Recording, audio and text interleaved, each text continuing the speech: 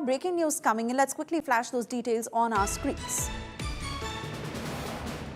Yes, MK Stalin has slammed the BJP after Kejriwal has been given a clean chit. Stalin has said that the BJP has sold its integrity and sold the integrity of agencies for politics. Stalin has mounted an attack against the BJP, saying have some shame. After the court has discharged Arvind Kejriwal and Manish Sisodia in the Liquorgate case, giving them a clean chit, the court also said that there was no criminal intent, no conspiracy. We see more and more reactions coming in from the opposition, especially from MK Stalin at this point, as the battle in Tamil Nadu is only heating up ahead of the polls, where Stalin has mounted an attack against the BJP, saying that the BJP has sold the integrity of agencies for politics. Have some shame. Let me take this to my colleague Amit Bharadwaj, now joining us on the broadcast. In fact, Amit, I'm being told that you're joining us from outside Kejriwal's residence. And really the amount that Kejriwal and his family have seen in terms of, loss of reputation, of the political consequences of those allegations and fighting in and out of the courts, his arrest, to now having reached this day. We heard from his wife just a short while ago, who went on to say that this was political vendetta always. It was the greed for the chair of the ruling party that they planned such a conspiracy. सीधा सवाल ये है कि लंबे समय तक आपकी party के नेताओं को बड़े शीर्ष नेतृत्व को जेल जाना पड़ा, पहले इस्तीफा फिर सरकार गई। अब क्या प्रतिक्रिया है जिस तरह का आज एक्विटल आया? देखिए, मेरे को लगता है ये हिंदुस्तान जैसे देश के लिए बहुत बड़ी बात है। आप इस बात को समझिए, हिंदुस्तान में सबसे बड़ी समस्या ही भ्रष्टाचार है। यहाँ पे ज्यादातर नेताओं को भ्रष्ट माना जाता है, भ्रष्ट हैं भी।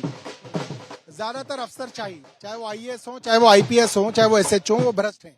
खुल्लम खुल्ला पैसे का लेन देन सबको मालूम है। ऐसे में अगर कुछ अफसर ईमानदार हैं, दुर्गा शक्ति नागपाल, ये चतुर्वेदी जी, तो उनको प्रताड़ित किया गया और खुल्लम खुल्ला प्रताड़ित किया, सबने देखा।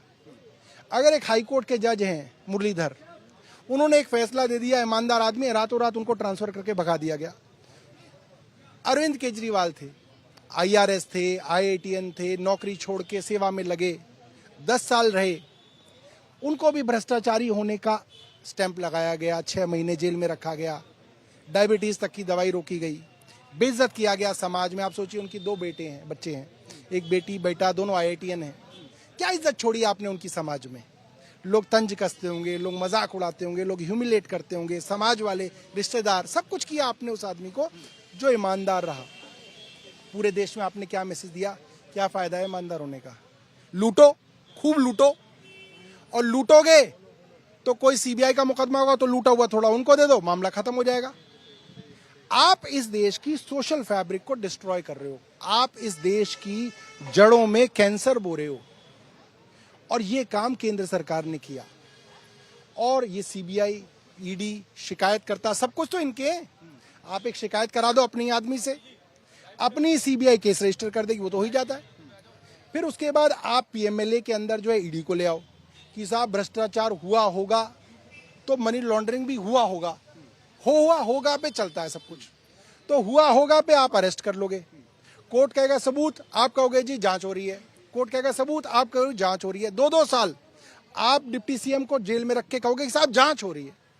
ये तो बहुत बड़ी बात है कि सुप्रीम कोर्ट ने इस मामले में इनको बेल दे दी, वरना 5-5 साल तक पीएमएलए के अंदर जांच चलती रहती है और आरोपी को जेल में रखा जाता है। जुड़ा सवाल है सौरभ जी कि सीबीआई के सूत्रों से ये खबर आ रही है वो अपील में जाएंगे, और ईडी वाला केस तो चल ही रहा है, तो वो सवाल भी बना रहेगा आपके सामने। ईडी का नहीं चलता। देखिए, अगर प्रेडिकेट ऑफेंस, आप एक बात समझिए, ईडी अपने आप में कोई केस रजिस्टर नहीं कर सकती।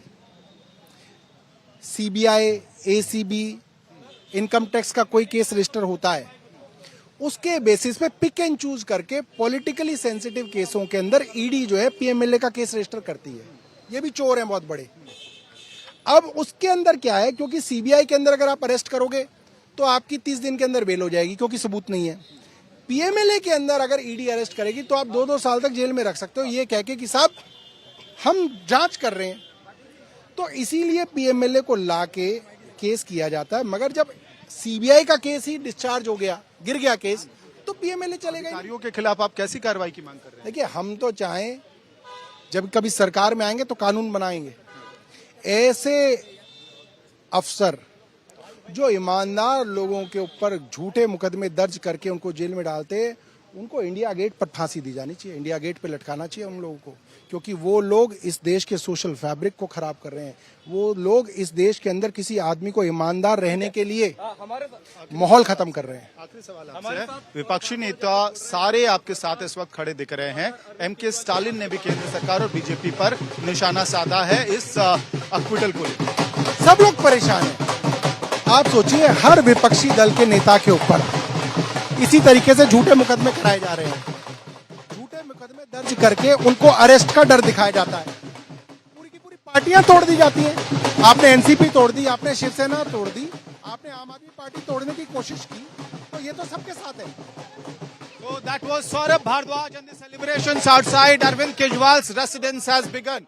Dhols are being played outside Arvind Kejriwal's residence, and along with that, sweets being distributed. It is a pre-Holi celebration for the Aam Aadmi Party, and why not? Because in the past 3 years, they have faced all sorts of allegations. In the past 3 years, from allegations of corruption, CBI case, ED case, and eventually, Arvind Kejriwal, Manish Sisodia, all these top leaders going to the jail, resigning eventually and losing the national capital, which was believed to be the fortress of the Aam Aadmi Party. And today, when the Rouse Avenue Court has acquitted Arvind Kejriwal along with all 23 accused in the case, this is an opportunity for Mr. Kejriwal and his, band of leaders to tell the country that, look, we were saying continuously that these cases are fabricated, and it has been proven in the court of law as well, because we have been acquitted, and that's what the Aam Aadmi Party netas are saying at this point in time. Saurabh Bhardwaj,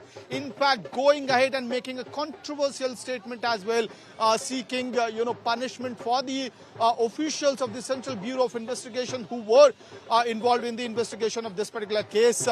But certainly, the bigger question remains, is the legal trouble for Aam Aadmi Party over? Because the ED case is still there against the AAP netas, the top leadership of the Aam Aadmi Party. The Aam Aadmi Party on the other side saying that because the predicate offence, which is the CBI case, is no more there, how can the ED case sustain in the law of court? So certainly Aam Aadmi Party feeling boosted today, and these dhols and nagaras will... Oh yes, absolutely, Amit, and totally understandable to the sort of outrage that the Aam Aadmi Party feels at this point.